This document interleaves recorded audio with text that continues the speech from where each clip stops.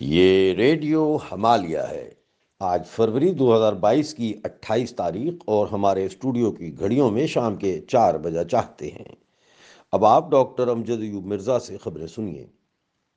روس نے اپنی ایٹمی فورسز کو الرٹ کر دیا ہے اور یوکرائن کے دارالحکومت کیف کا چاروں طرف سے محاصرہ کر لیا ہے۔ ڈنمارک کی خاتون وزیر اعظم نے اپنے شہریوں کو یوکرائن میں روس کے خلاف بطور رضاکار لڑنے کے لیے عالمی بریگیڈ کا حصہ بننے کی اجازت دے دی ہے۔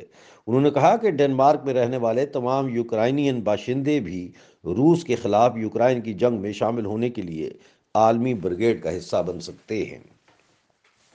Denmark, Sweden, Belgium, Iceland اور اٹلی نے روسی طیاروں کے لیے اپنی فضائی حدود بند کرنے کا اعلان کیا ہے۔ اتوار کو Norway, North Macedonia, Netherlands, Spain, Canada, France اور پرتگال نے بھی اپنی فضائی حدود روس کے طیاروں کے لیے بند کر دی ہے۔ ڈنمارک کے 2 صحافی یوکرائن میں زخمی ہو گئے ہیں۔ دونوں صحافی یوکرائن کے دارالحکومت کیف میں رپورٹنگ کر رہے تھے۔ ایک کو کندھے جبکہ دوسرے کو ٹانگ میں گولیاں لگنے کی اطلاع ہے۔ ڈنمارک نے یوکرائن کو روس کے خلاف لڑنے کے لیے 2700 اینٹی ٹینک ہتھیار دینے کا اعلان کیا ہے۔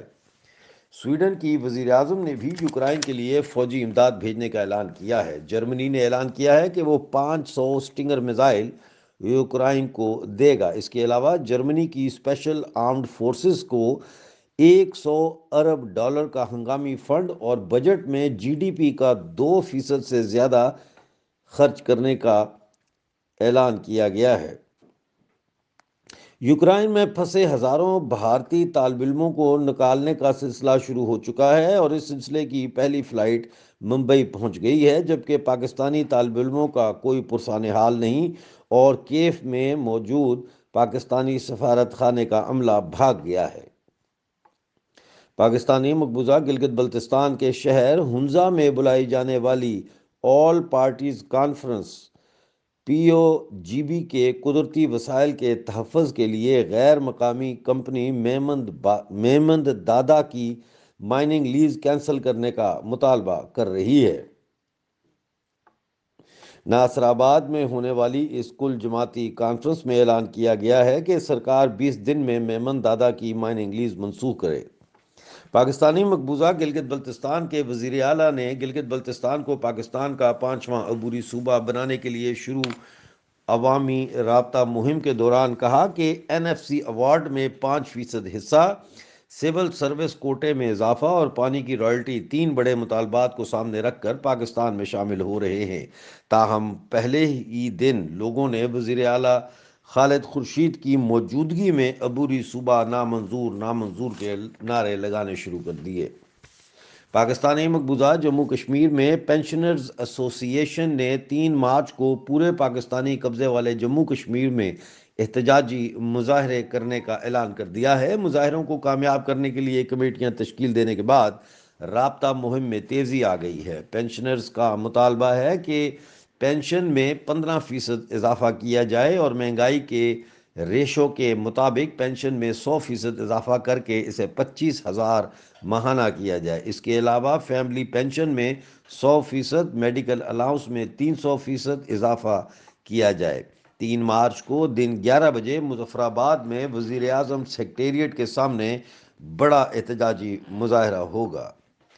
پاکستانی مقبوضہ جموں کشمیر میں باغ میں گریڈ 19 کے سلیکشن بورڈ میں ڈیلے کے خلاف ٹیچرز نے 10 مارچ کو وزیر اعظم آفس کے سامنے احتجاجی دھرنا دینے کا اعلان کیا ہے۔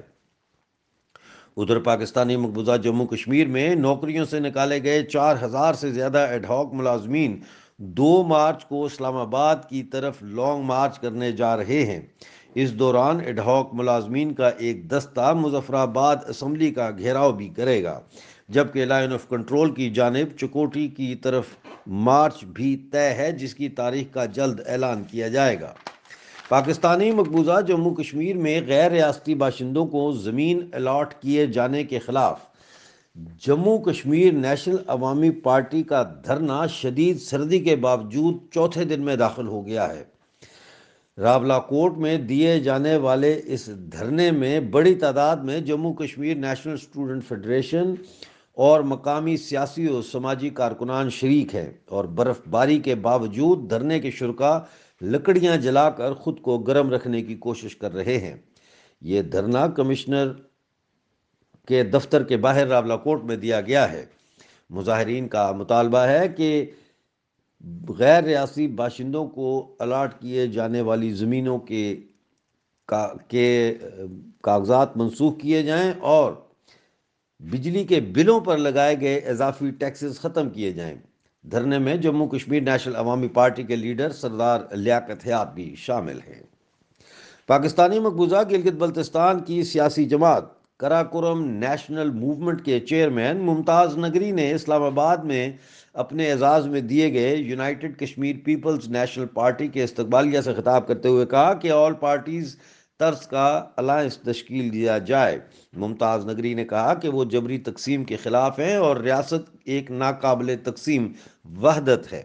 ممتاز نگری کی تقریر پر تبصرہ کرتے ہوئے ریڈیو ہمالیہ کے تجزیہ نگاروں نے کہا کہ ممتاز نگری کی ریاست کی وحدت کو بحال کرنے کے مطالبے کا اس سے بہتر اور کوئی طریقہ نہیں ہو سکتا کہ ہم ایک قدم پیچھے دو قدم آگے کی پالیسی اپناتے ہوئے پہلے پاکستانی قبضے والے جموں کشمیر کو جموں اور پاکستانی قبضے والے گلگت بلتستان کو لداخ کے ساتھ جوڑنے کے لیے بھارتی یونین میں شامل ہو جائیں۔ انہوں نے کہا کہ بھارت ایک ملک نہیں بلکہ یورپین یونین کی طرح ایک بر صغیر ہے جس میں کئی ریاستیں شامل ہیں۔ اس لیے بھارت میں شامل ہونا ایسے ہی ہے جیسے یورپ کے کسی ملک کا یورپی یونین میں شامل ہونا۔ پاکستانی مقبوضہ بلوچستان میں بلوچ لبریشن آرمی نے ہب میں ڈیتھ سکواڈ کے سرغنہ پاکستانی ایجنٹ حبیب شاہ کو جہنم وصال کرنے کی ذمہ داری قبول کر لی ہے۔ حبیب شاہ کو اتوار کو بم دھماکے میں کامیابی سے ہلاک کیا گیا۔ آپ ریڈیو ہمالیہ سن رہے تھے۔